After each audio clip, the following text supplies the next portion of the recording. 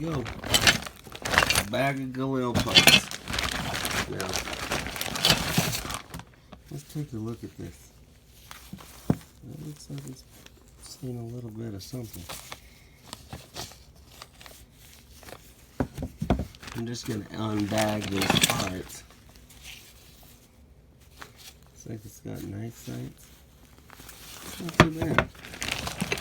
Here's the plasma cuts. This one looks like it might come back to life at some point. Let's take a look at this.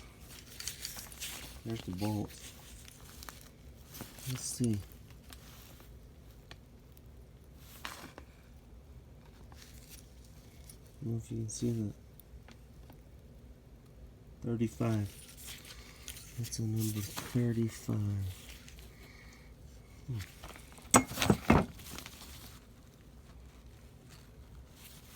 It's got a number 1 extractor.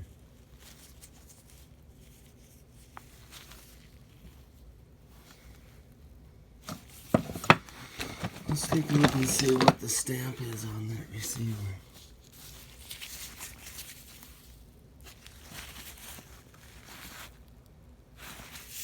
It's a 38. So 38 and 35.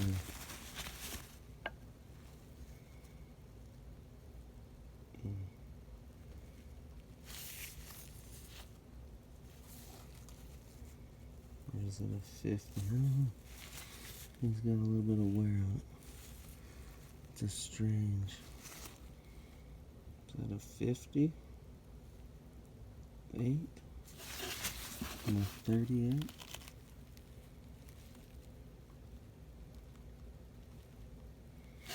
That's what it's looking like to me.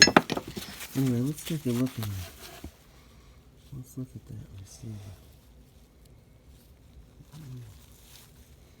I'm just looking for rub marks on that bullet guy. I can't see any. Let me clean it. I'm gonna wipe it down. Let's see. Looks like I can see quite a bit of marks where the bullets, but I'm not seeing any rub on that bullet guy. And the bolt is in there. A little bit of slag. Can't get it in. The rails keep the bolt from hitting the bullet guy. Now, if it's pushed too far one way or the other, it might nick that a little bit. So I guess if you had a little bit of play in the bolt carrier, that could be an issue. It might rub a little if it's shifted too far one way or the other.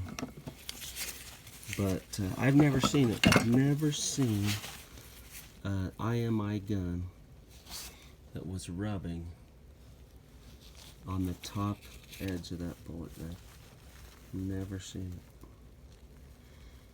So I don't think the gun needs to be redesigned.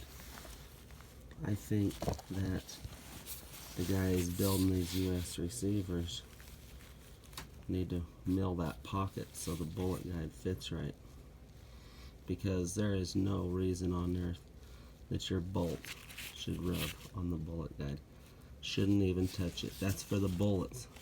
Now the feed ramp on the side, now the edge of the bolt will hit that, but I'm talking about down here. Down where the bullets are feeding up. So, and you know, if you had a little teeny bit of rub, I don't think it would be the end of the world.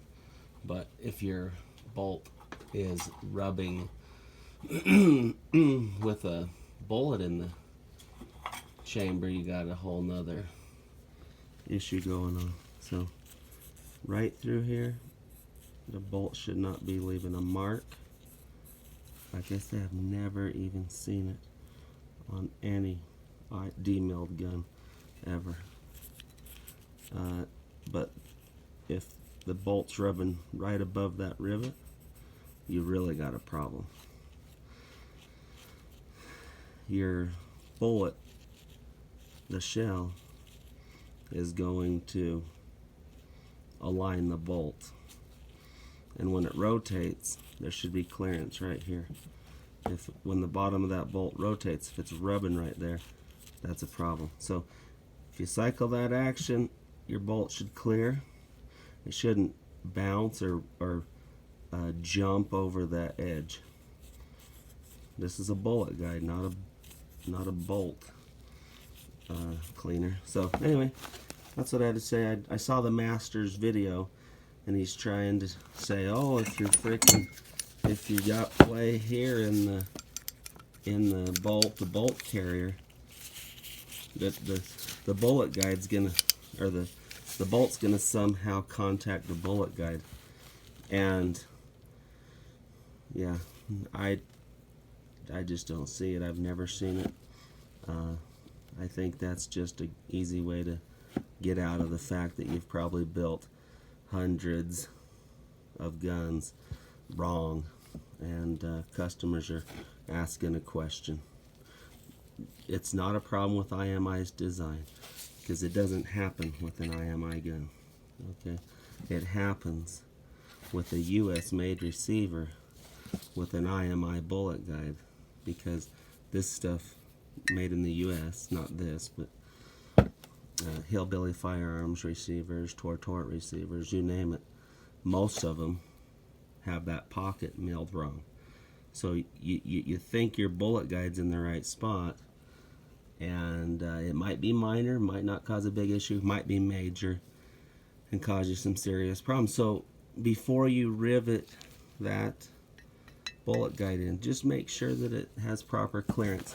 And the best way to do it is to have your receiver stub similar to this, so you can compare.